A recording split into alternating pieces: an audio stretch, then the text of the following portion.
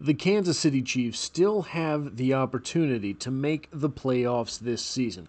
It is slim and getting slimmer all the while, but they can do it. They don't have to win out. They can lose one more game, probably, but they don't want to.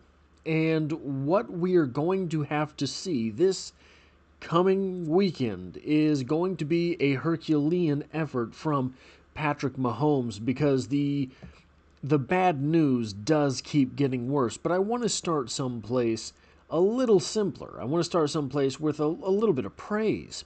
In an article titled 6 Winners and 9 Losers from the Chiefs' Week 13 Loss to the Cowboys, doesn't sound like much praise, but which Kansas City players caught our eye during the team's loss to Dallas? From Arrowhead Pride by Matt Stagner, we get the following blurb. Quarterback Patrick Mahomes. The guy continues to make plays even when they don't result in a win. He's not perfect, but he's still dragging his team to the cusp of victory each week. Unfortunately, his teammates don't always come through for him. Now, some of those teammates are absent and are going to be absent, and others are likely to be absent. But let's start one other place real quick. This is the list of the top 6 sack getters, in the NFL. And you will notice I put down my pen. I didn't have my pen in my hand. The Chiefs have played this guy. The Chiefs have played this guy. The Chiefs are about to play this guy and this guy. Danielle Hunter and Will Anderson Jr. both have over 10.5. Have over 10 sacks. One with 10.5. One with 11. You have the absolutely ridiculous sack total there of 19 for Myles Garrett. But outside of that, everybody here from 2 down through 6 is kind of in the same range. I mean, the number 6 tied for number 6, right? Name there has 10.5. The number 2 guy has 13. That is not all that many sacks apart at the top end of the top echelon for sacks in the NFL. Notably absent here is an Arrowhead. No Kansas City Chiefs at all in that right there. But what we are looking at is the number 4 and the number 6 pass rusher in the NFL about to head into combat with the Kansas City Chiefs. Troubling because the Chiefs are once again having a little bit of difficulty along their offensive line. So this is the Chiefs starting right now, right guard. Mike Caliendo in for Trey Smith. You will notice here a 31.6 pass blocking grade. Now, this is sort of a nebulous grading system. Who knows everything that goes in there? What I can tell you is 31.6 is not good. Now, pretty nice in the run blocking game. Old Mike Caliendo has a backup number of 59.9 as an overall grade. That's what you would expect from a backup. 31.6 is something that you would expect from a, scrambling armchair. 295 snaps played, 3 penalties. That is a penalty every 100 snaps. Then you have a sack. That is a sack given up every 295 snaps. Now, that sounds not all that bad. You're looking at 50 to 65 snaps per game, 1 sack every 295 snaps. You could be looking at potentially 1 sack every 5 games there. That is not an egregious total. Well, who is he replacing? He is on the field for Trey Smith. Trey Smith had given up a sack every 577 snaps this year. 1 sack allowed in 577 snaps. And it is to assume that he would give up a sack on the very next snap to sort of keep that going. But a 73.7 pass blocking grade for Trey Smith, confoundingly a lower run blocking score than pass blocking score for Trey Smith.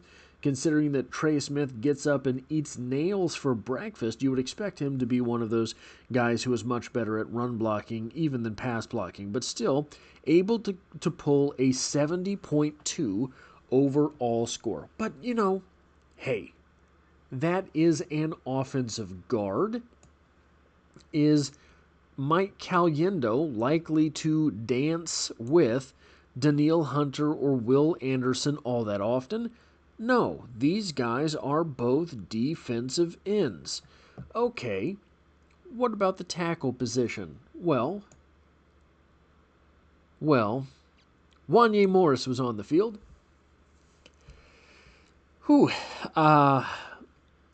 This pass blocking grade is not good. A 23.7. Now, look at this. 84.7 run blocking grade. Pulled his overall grade all the way up to 57.8. But a 23.7 pass blocking grade. Look, here's what I think that Wanya Morris would do great at offensive guard. I thought he had potential at offensive tackle when we saw him early last year. Turns out that must not be the case. Given up 0 sacks, but he's only played 65 snaps. So also, to be fair, when you're talking about 65 snaps, all it takes is a couple bad snaps for that to get blown out of proportion. Still, he's had 2 penalties in 65 snaps. That's a rough day at the office. 50 to 65 snaps is an average game, right? So that is in a single game, you're probably looking at 2 penalties for Wanya Morris. Very Juwan Taylorian there. But Wanya Morris was not in for Juwan Taylor. Wanya Morris was in for Josh Simmons. So remember, 23.7 pass blocking grade. Where am I at here? I apologize. Josh Simmons, 75.5 pass blocking grade. Now, I will quibble with that run blocking grade of 48.1. I don't know where that's coming from. There must be something that I am completely missing, completely blanking on. Josh Simmons looks pretty decent to get run blocking, in my opinion. Now, a 62.7 overall score. You're talking about a rookie who was taken 31st or 32nd overall. That will do. 2 sacks given up in 526 snaps. That is a sack every 263 snaps. So that's pretty good. Pretty good. 8 penalties. Been a little bit rough for Josh Simmons, but it's gotten rougher recently for Josh Simmons. So again, that holding penalty versus the Cowboys was not a hold. So that is a little bit out there. But there was so the big thing with Josh Simmons, it appears that he dislocated and fractured his wrist. I believe he's going on injured reserve. There are whispers that he's going on injured reserve. It would be tough to convince me that he will not end up on injured reserve. But he was not the only other offensive lineman that left the game.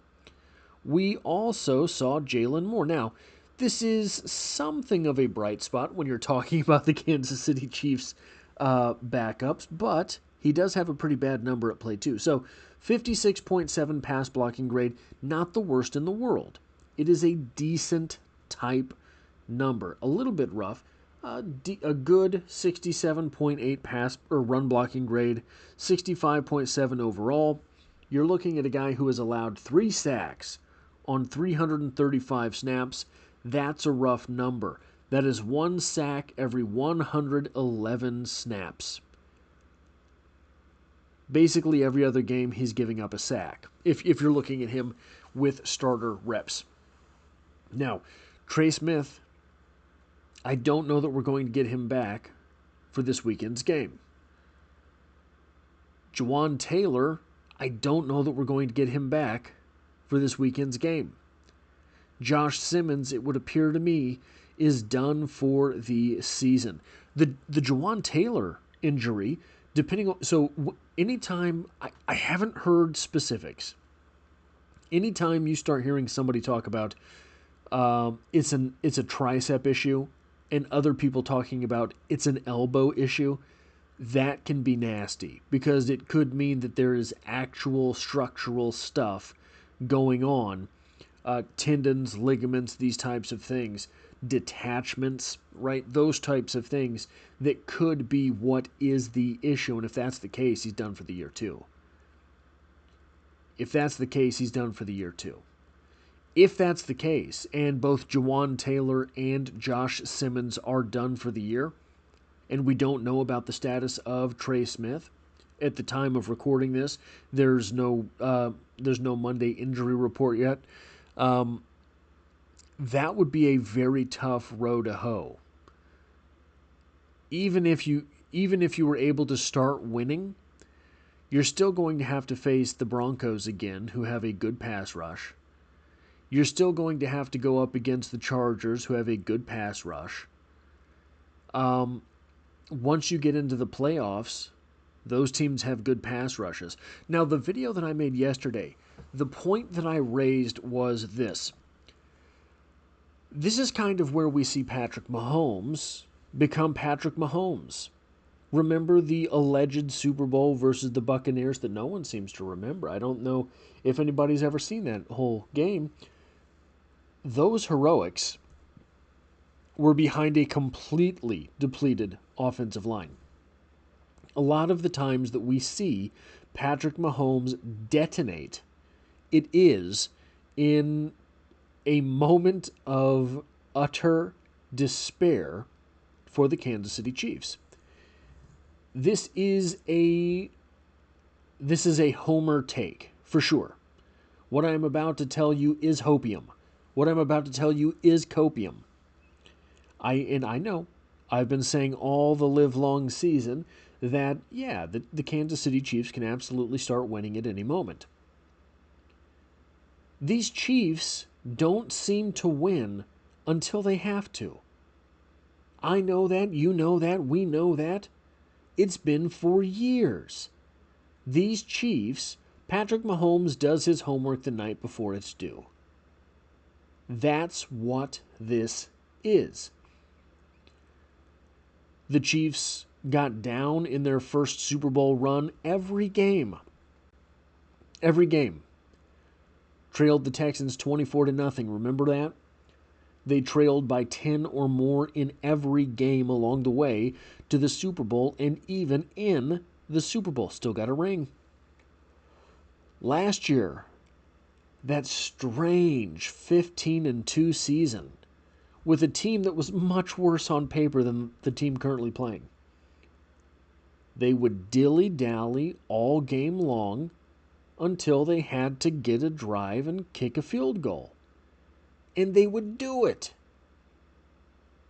Is this season simply last year's game scale playing out on a season scale? Are the Chiefs going to dilly-dally and kick the can down the road, screw around until all of a sudden they have more injuries than they should be able to deal with?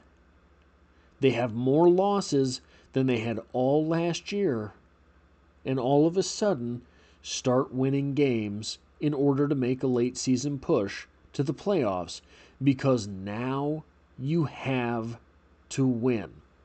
Maybe if that's what is the DNA for this team, but they're going to need a Herculean effort from Patrick Mahomes if he is lining up behind Wanya Morris, Mike Caliendo, Jalen Moore, as opposed to the starters for the Kansas City Chiefs.